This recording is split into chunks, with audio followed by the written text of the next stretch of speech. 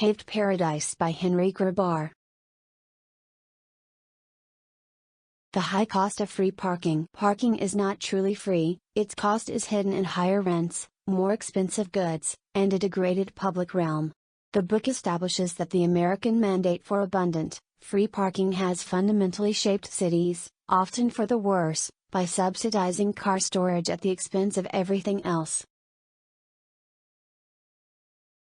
The parking mandate revolution. Beginning in the mid-20th century, cities adopted parking minimum zoning laws that required developers to build a specific number of parking spots for every new building.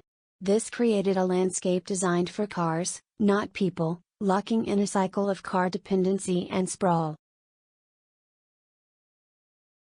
The psychology of the parking spot. The search for a parking spot taps into deep human emotions like frustration, competition, and a sense of entitlement. This parking psychology explains everything from road rage over a stolen space to the fierce political resistance against removing any parking, even when it's rarely used. The misguided economics of curb space. Cities dramatically undervalue their most precious asset, the curb. By giving away street parking for free or at vastly outdated meters, they create massive demand, ensure constant congestion from cruising drivers, and miss a huge opportunity for revenue that could fund public transit and infrastructure. The rise of the parking guru. The book follows the work of Donald Shoup, an urban planning professor whose influential book, The High Cost of Free Parking, argued for a radical three-part policy: charge the right price for curb parking to ensure 85% occupancy, spend the revenue on local public services, and remove off-street parking requirements.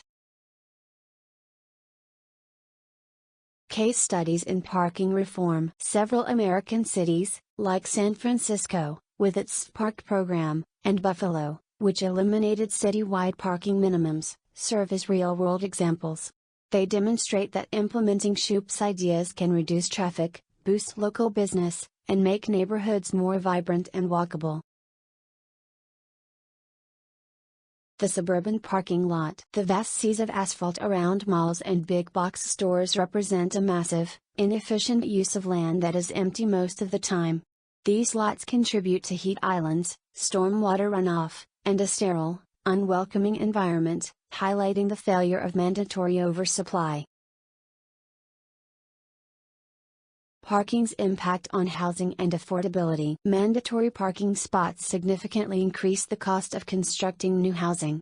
Each spot can add tens of thousands of dollars to a project's cost, which is passed on to all residents, even those who don't own cars, making housing less affordable for everyone. The future of automated parking. Technology is changing parking. Sensors, apps, and dynamic pricing are making curb management more efficient. The prospect of autonomous vehicles also presents a future paradox: they could eliminate the need for parking entirely or, conversely, create a nightmare of zero-occupancy cars endlessly circling the block.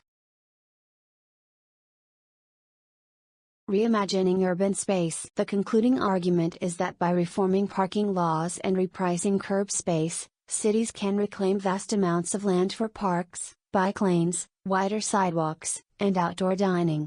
This shift is essential for creating more sustainable, equitable, and livable cities for people, not just their cars. Paved Paradise concludes that America's obsession with abundant and free parking has been a catastrophic urban planning error.